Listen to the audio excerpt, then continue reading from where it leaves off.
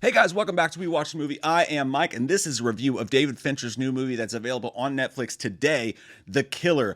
I, full frontal male nudity, love David Fincher movies. He may be my favorite director of all time. I want to live inside of his movies, man. I want to go to Lowe's, and I want to ask him for the David Fincher paint, and I want to paint my whole house in it. Girl with the Dragon Tattoo, Gone Girl, Social Network, these movies all have a specific feeling.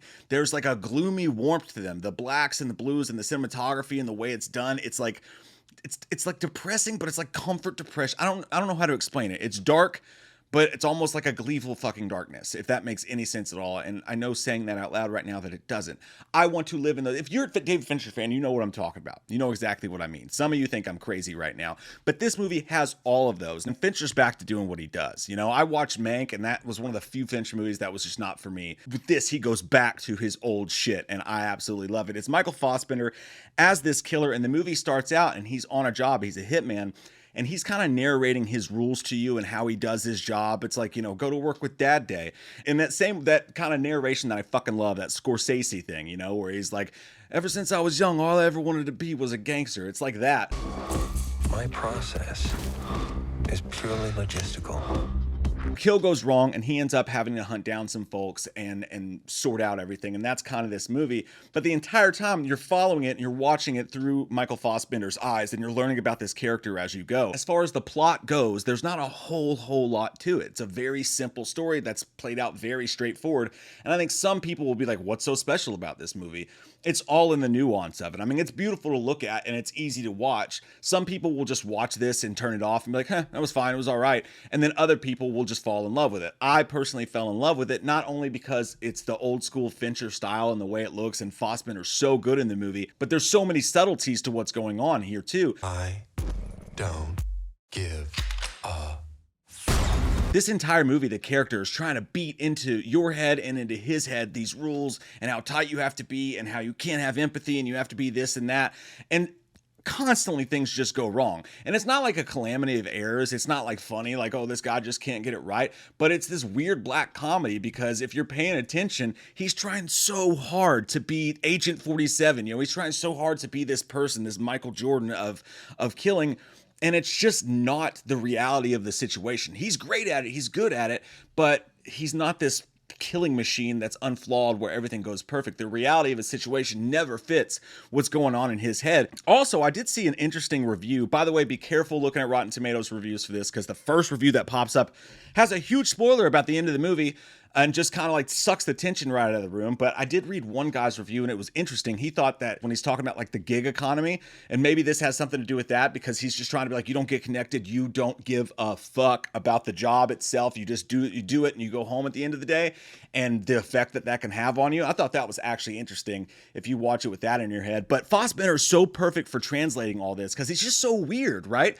And he is this perfect, like, he looks like the kind of guy who would have all that shit together and would like just be this staunch and stoic about all of his rules. But in his eyes, you see something completely different. And it's weird because he's walking around like doing this hitman shit, and he moves like a robot. He does. It looks awesome. It's David from Prometheus, you know? And that's another role where he did this. It's the inverse of that. Whereas David was not a human being, but he had those eyes. But yeah, I think at the core of the movie, there's a lot that the movie says about the pursuit of perfection within a flawed universe. And I think that's pretty interesting. But on a completely different level, this is also the Agent 47 Hitman movie that we never got to see. And I love Timothy Olyphant, don't get me wrong. And yes, Michael Fassbender's not bald.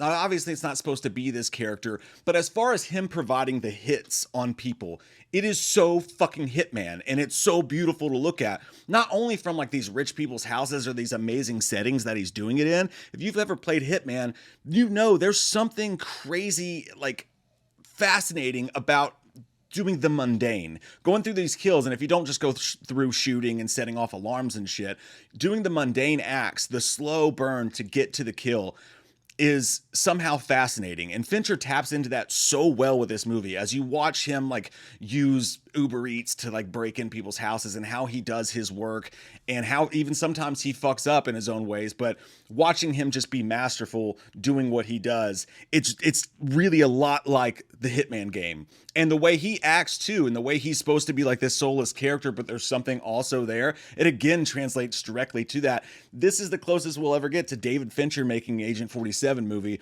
and it's pretty fucking spot on. Another way I'll explain the movie is if Jake Gyllenhaal's Nightcrawler. The entire vibe of this movie is like that. It's got that darkness to it or whatever, but if Jake Gyllenhaal's Nightcrawler is a thrash punk song where everything's just, it turns into anarchy and it's all wild and crazy, this movie is that vibe if instead of a thrash punk song, it was a classic symphony. It's Morgan Freeman going into the library while that classical song plays and he researches Dante and the Seven Sins and all that shit. It's like that version of that, and it's a great place to spend your time at. It's like walking through Barnes & Noble sipping on an Americano while underneath your feet people are dismembering bodies and you don't even know about it. It's this kind of like beautiful twistedness just in the mood of it all. And another fascinating thing, the irony of it all is I would go out tonight, but I haven't got a stitch to wear. this guy loves the Smiths. So if you're into that kind of shit, the soundtrack is amazing for that. Trent Reznor and Atticus Ross once again create an amazing world with their music. That's always what I listen to when I work or I'm doing my writing. I will just literally just go to their station and just listen to the Social Network soundtrack. This is going to add another layer to that. It's so good. The sound quality, this better win a fucking Oscar for sound effects editing. I swear to God, everything from the grip of a gun to the turn of a wheel, the sound is so good and it's all so perfection. And I think Fincher again is talking about himself with this movie and the pursuit of perfection, because everybody knows that Fincher is obsessive like that. He makes people do 1,000 takes. So I think this movie probably spoke to him, or he was speaking through it. Either way, there is one scene that I think should be the fucking fight scene of the year. I'm just going to go ahead and call it that. Even with a couple months left to go, the fight scene of the year is in this movie. An absolutely brutal, badass fight scene that actually made me feel scared a couple times is in this movie. And if you've seen it, you know what I'm talking about. I just did an article for Bloody Disgusting about the 4 scariest David Fincher moments in his filmography. Please check that out.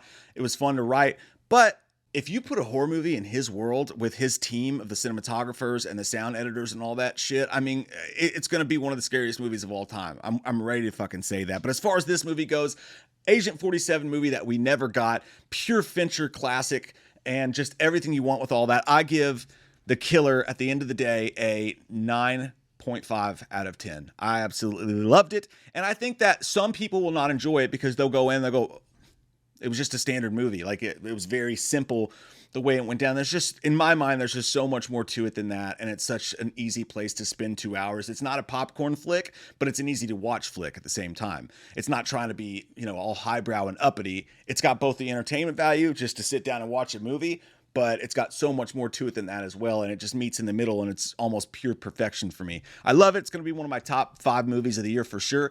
Watch The Killer on Netflix. Watch me take off your dad's pants. And real quick, can I ask you guys a favor? There's a link down below to like our Facebook. That's where we post everything from our podcast to our writing to our videos. And there's several of them going on. This is our specific Facebook group where we post every piece of content we do to it. So if you would go and like that, I would really appreciate it. The link's going to be in the pinned comment. So that's my review of The Killer. I hope you guys will go check it out. It's on Netflix. It's for free, right? I'm pissed that I didn't get to see this in theaters. They better make a fucking 4K. I love your fucking faces. Have a great day. Here comes that white-faced fucker, an asshole like no other. He's a big old piece of shit. Wants to stab your sister's tits cause he's a white-faced fucker. Loomis can't recover. Dr. Challenge drunk again, sleeping with your sister's friends.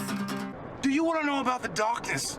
I said, God damn. God damn you, faggot! Halloween never ends, suck my fucking dick, and I don't really care what Blumhouse fucking says. Put him in a box, or suck a fucking cock.